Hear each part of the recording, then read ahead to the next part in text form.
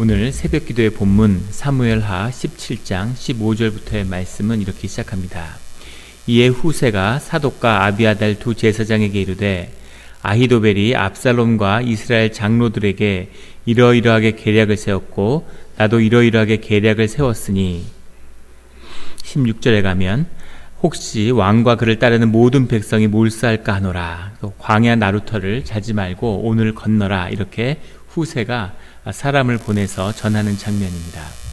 후세의 계략을 압살롬이 따르기로 했지만 아히도벨의 계략이 실행될 수 있는 가능성도 있기 때문에 그것을 다윗에게 알리는 거죠. 다윗이 절체절명의 일생의 가장 큰 위기에서 벗어나는 것이 오늘의 이야기입니다. 이 일들이 하나님의 뜻 가운데서 이루어진 것이죠. 그래서 다윗은 목숨을 구하고 시간을 벌고 다시 왕위로 돌아올 수 있는 그 기간이 열린 겁니다. 그런데 그 일들이 쉽게 이루어진 것은 아니고 이 두 전령이 떠나기에 앞서서 이것이 압살롬의 사람에게, 군인에게 들킨 거죠. 그런데 이름을 알 수 없는 한 여인이, 그 여인이 도와줘서 가까스로 우물 안에 감추어줘서, 왜 감추어줬을까? 그 이유를 성경이 이야기하진 않지만 그 여인의 도움으로 인해서 이 소식이 무사히 다윗에게 전해진 겁니다. 만약에 이 두 전령이 붙들려서 만약에 후세와 아비아달과 사독이 다윗의 편에 서 있다는 것을 압살롬이 알았으면 어떻게 됐겠습니까? 그런데 굉장히 위험한 상황이었는데 보이지 않는 손길이 도운 거죠. 다윗은 마하나임에 이르렀다고 27절에 나오는데 마하나임이라고 하는 것은 갓과 므낫세 지파의 경계에 있는 도시죠. 우리가 예전에 나누었던 사사시대에는 마하나임이 사실상 이 이스라엘의 수도와 같은 곳이었습니다. 야곱이 그곳에 갔다는 것은 굉장히 의미심장하죠. 갓과 므낫세에서 쉽게 병력을 끌어모을 수 있는 그런 장소를 이르렀다는 뜻이 있습니다. 그리고 마하나임은 요새 도시죠. 마하나임에 다윗이 머물고 그리고 압살롬이 길르앗으로 왔다 이렇게 얘기하는데 요단강을 건너서 길르앗은 평야의 진을 치는 거고 다윗은 요새의 진을 치는 겁니다. 우리가 알고 있듯이 지금의 이 싸움은 내전이에요. 그렇게 사생 결단을 하고 싸울 일이 아닙니다. 결국은 다윗과 압살롬의 싸움이죠. 백성들은 누가 왕이 되든 크게 개의치 않았을 겁니다. 어차피 압살롬이 다윗의 후계자였으니까 다윗과 압살롬의 싸움인데 누가 더 안전하게 보호될 수 있느냐, 누가 더 그 싸움에서 구심을 이룰 수 있느냐, 결국 그 경쟁인 거죠. 그런데 마하나임이라는 요새에서 보호받고 있고 다윗은, 그리고 압살롬은 광야에 있는 거죠. 들판에 있는 겁니다. 그래서 마하나임의 자리를 잡는 순간 다윗이 내전에서 승리했다는 것이 분명해지는 거죠. 그런데 그곳에 이르니까 27절에 보면 라빠 사람 나하스의 아들 소바와 소바죠? 소비입니까?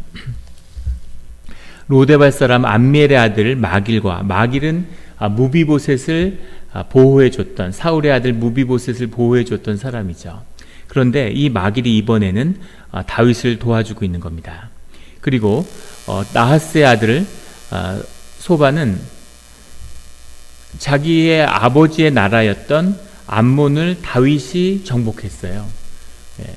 자기의 나라를 무너뜨린 사람이 다윗입니다. 그런데 다윗이 어려움에 처했을 때 돌을 던지는 사람도 있는데 시므이처럼 저주하고 돌을 던지고 네가 망했구나 이런 사람도 있을 수 있고, 이때다 이러고 다윗을 붙들어다가 압살롬한테 넘겨줄 수도 있었겠죠. 근데 그렇게 하지 않고 다윗을 환대하고 도왔다는 겁니다. 그것은 다윗이 이 암몬 족속을 정복했지만 그들을 후대하고 나하스의 아들도 잘 후대해서 원망이나 사람들이 보복하려는 마음이 없는, 그러니까 이스라엘에 통합하는 그런 정책을 선하게 잘 펼쳤다는 것을 보여주고 있는 거겠죠.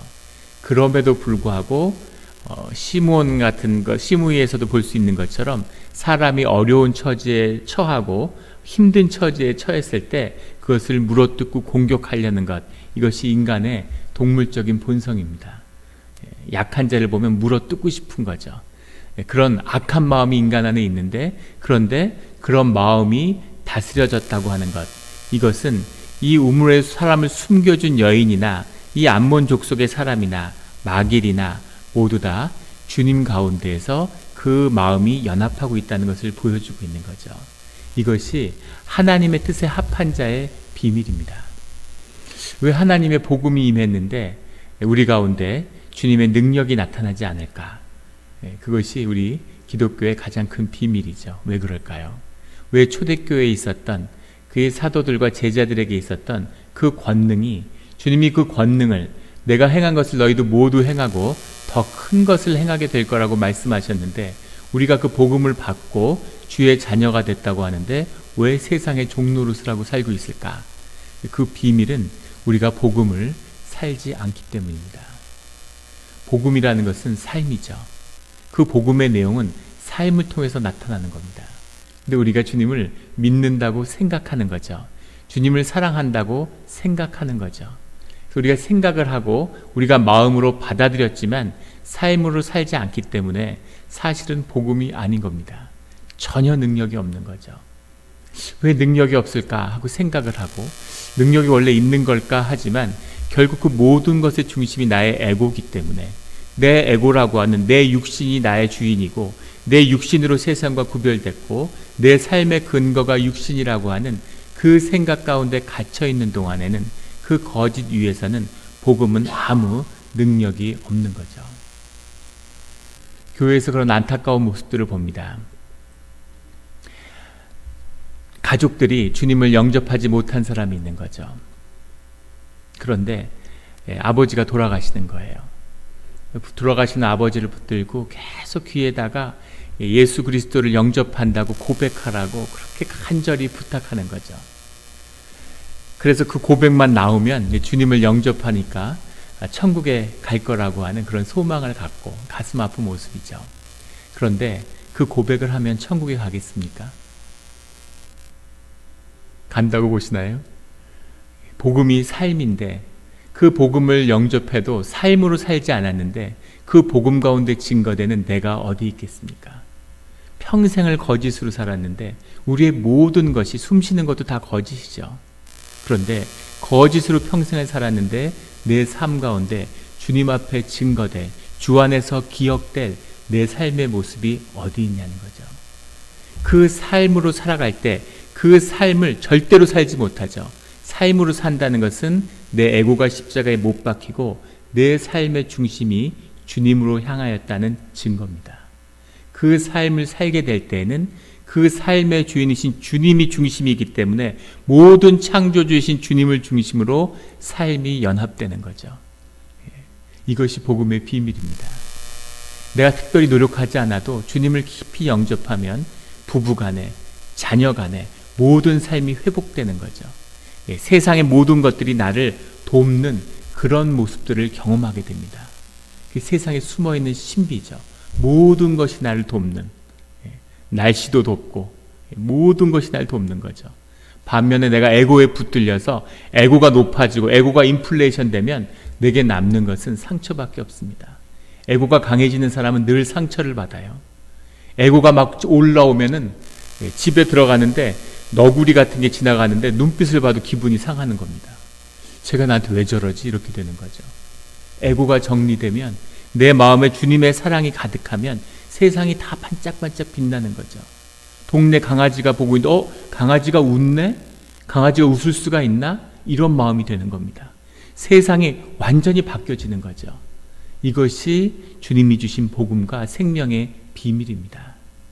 오늘 다윗의 비밀은, 다윗은 인생 가운데 가장 비참한 국면에 처해 있어요. 자식에게 쫓기고 죽음의 위협에 처해 있고 맨발로 강나루를 건너는지 얼마나 피곤했겠습니까? 하루 종일 도망와서 지치고 힘들고 심의 같은 자가 나와서 돌 던져서 그런 것에 맞고, 그런 비참한 상황에서 목숨을 구하기 위해서 강을 건너야 되는데, 에고의 사람이라면 자신을 원망하고, 이렇게 살아서 뭐하나, 강을 건넌다고 무슨 희망이 있겠나. 그것이 아니라 오직 다윗을 붙잡는 하나는 하나님이 길을 여셔서 강을 건너게 하셨다는 거죠. 거기서 왜 이렇게 했을까? 왜 나를 이렇게 비참하게 하셨을까? 주님이 무슨 계획을 갖고 있을까? 그것은 에고의 사람입니다. 하나님이 길을 여셨구나. 그 하나를 보고 그 은혜를 붙들고 가는 거죠. 그리고 강을 건너고 그 모든 일들이 협력해서 다윗의 왕국이 회복되는 그 비밀이 가위 가운데 열리는 겁니다. 더 큰 비밀은 오늘은 우물가의 여인이, 오늘은 마길이라는 사람이, 암몬에 있는 사람이 자신을 돕는 그런 일을 경험했지만 다윗의 왕국의 전반의 치세 동안, 25년의 치세 동안에는 사실은 늘 유다와 그 다음에 이스라엘과의 갈등 가운데 왕권이 약했습니다. 사실 이것이 압살롬의 반란의 원인이 됐죠. 그런데 이 일을 경험한 다음에 다윗의 왕국은 전례 없는 완전한 이스라엘과 유다가 하나 되는 그런 왕권을 갖게 되죠. 왕권이 다 쇠한 줄 알았는데 자기에게 충성스러운 사람들이 전부 다 쇠락하고 나이가 들고 권력이 약해질 줄 알았는데 더 큰 권위와 권세를 다윗이 갖게 되는 거죠.